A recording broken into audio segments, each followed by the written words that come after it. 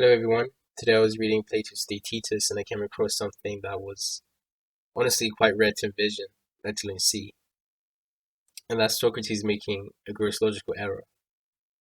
I believe that Socrates, although not always the most agreeable, almost always aspires to, in the most explicit and straightforward sense, to attempt to acquire truths. Nevertheless, in this dialogue, the Socratic method fails somewhat. At least it seems to become most obscure at the points where I, as a reader, am seeking most clarification. So I present this small argument today in hopes that presenting it will help me understand further where Socrates is coming from in his refutation. But first, some background context. The initial premise of this small Socratic argument arrives in the midst of Socrates and Theaetetus talking about the folly of saying that knowledge is perception. This is an interesting discussion, but nonetheless, it's not straightforwardly to the point of what this presentation is about. However, in talking about how misguided the idea that knowledge is perception, actually is, Socrates mentions that the great and wise philosopher Pythagoras had also said something similar in the following phrase: that man is the measure of all things, of those which are, that they are, of those which are not, that they are not. It should be mentioned here that Pythagoras in this dialogue is indeed dead, and here his views are portrayed rather uniquely compared to his appearance in other dialogues, namely Pythagoras. So what we have here is Socrates channeling Pythagoras when he attempts to quote him, and then subsequently paraphrase him. So in this mention, Pythagoras is claimed by Socrates to have said that man is the measure of all things, and is soon after paraphrased as saying that as each thing appears to me, so it is for me, as it appears to you, so it is for you. Then afterwards, Socrates turns it into, when you have decided something in your mind and express a judgment, in accordance with Pythagoras, this thing is true for you. So let's concentrate on that last statement. How do we reconcile that quote, your judgment is true for you, which is to say, according to Pythagoras, whatever men believe, including what you individually believe, is true with this doctrine that man is the measure of all things? What exactly does this mean? Well, since men are the measure of all things, men are the measure of the truth of all things. Thus, Pythagoras claims that what you deem to be true is true to you. And for me, this is a form of relativism that almost evokes an imaginary private truth bubble for each person, where you may individually espouse that, for example, the universe is actually composed of extremely small gummy bears, or that the Pope is King Charles. That if you actually believe them to be true, they are true for you. And this almost seems like tautological wordplay. And in fact, I believe it is, since the idea is very much circular. For example, if you ask me, why is this true for you, or true to you, and I say, I respond with, because I believe it to be true. And then you then ask me, why do you believe it to be true? I respond with, because it is true to me.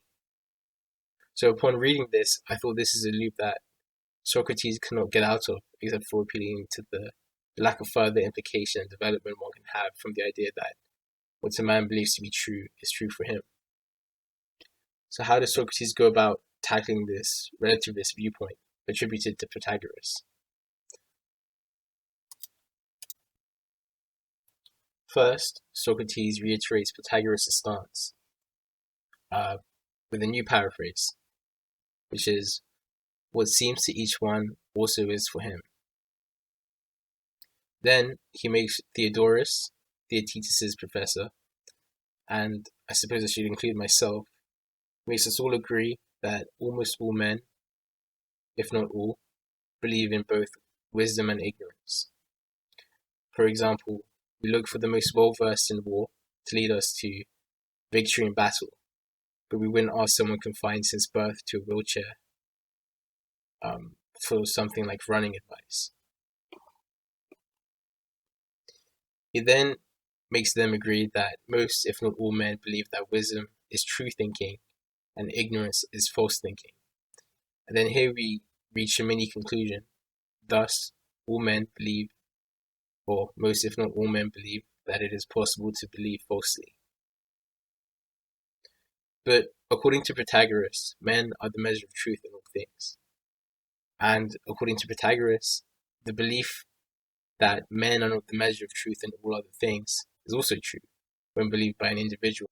So if most men, excluding Protagoras, or even an individual, excluding Protagoras, believe that men are not the measure of truth and all other things, then this belief is in conflict with that of Protagoras.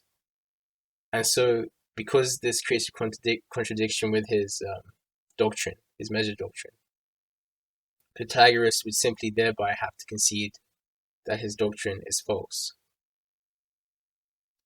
Now, after hearing this argument, I was deeply unsettled with Socrates' conclusion. I thought to myself, did I miss something? Was there a hidden premise or two that perhaps would change how I understood Socrates' thinking?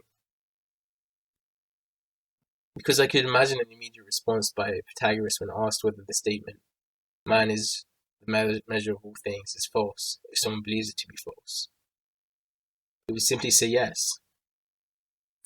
Well, he would say yes with the added clause that it is false for them. And so, since he believes the doctrine to be true, he will simply continue believing it to be true, even though if it's in conflict with someone else's belief. So my argument on behalf of Protagoras is this. Socrates is committing the fabled ignoratio elenchi. He is improperly arguing against Protagoras, claiming all opinions of men are true. What was described by Socrates beforehand was that Protagoras claimed that this thing is true for you. If Protagoras had said all opinions are true simpliciter, then an obvious contradiction would arise. For example, if I were to believe P is true and you believe P is false, both statements cannot be true, and consequently we cannot say that all opinions of men are true simpliciter. Although even if Protagoras said what Socrates claims in his refutation, there are other avenues Protagoras could appeal to, like the antilogies. That is that for any argument for something, there is an argument against that something. For example, if someone argues that an overweight and thus oversized individual was the one who stole from the cookie jar, and that the reason for this accusation is that their size reflects their enthusiasm for food, one could easily argue the contrary and say because of their size, they would have known beforehand everyone would accuse them for doing so, and thus they refrained from taking any cookies from the cookie jar, and thus the true culprit is someone else. But here, I don't believe Protagoras would even have to appeal to anything beyond his statement that man is the measure of all things. It is a phrase that will almost ensnare you in a truth net, as it does with Socrates. You can demonstratively prove that Protagoras is wrong about anything, including his doctrine, but unless his belief of what is true changes, then the contradiction of beliefs can continue to exist independently of each other, even though they pertain to the same subject matter. So let's go back to the private truth bubble I spoke about earlier. If you imagine two people arguing contrary views, the bubbles may expand as both sides argue their points against each other, and thus more information is gathered for each individual regarding their contradicting beliefs. And if one of them concedes, their bubble may stay the same size but have the same information as the person who argued against them, or may deflate as they default on their previous opinions. Either way, because the truth bubble remains private and independent, they remain true no matter what happens to the information themselves. Here then it is clear that Protagoras' statement does not do anything exceptional, except remain in a tautological position, which allows it to remain impermeable to counter-arguments. But perhaps this also showcases its redundancy. You say that what you believe is true for you, so what?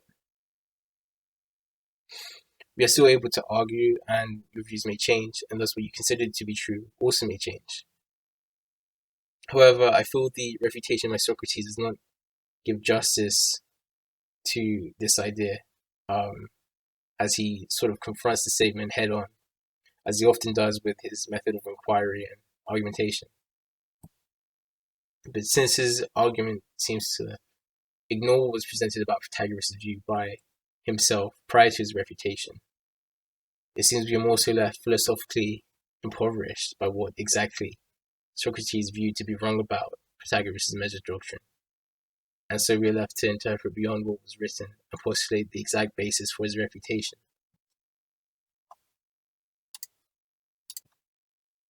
However, a last point I would like to mention is that it is not necessary to consider Pythagoras' measure doctrine to be entirely frivolous or redundant. Firstly, I believe it captures the human experience of knowing truth.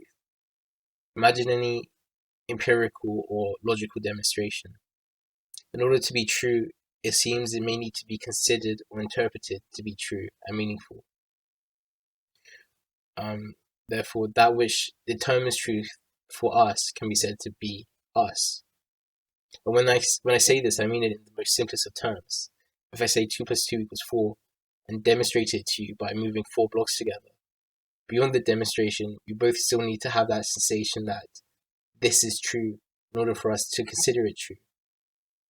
But, of course, this doesn't mean that truth requires us to acknowledge it.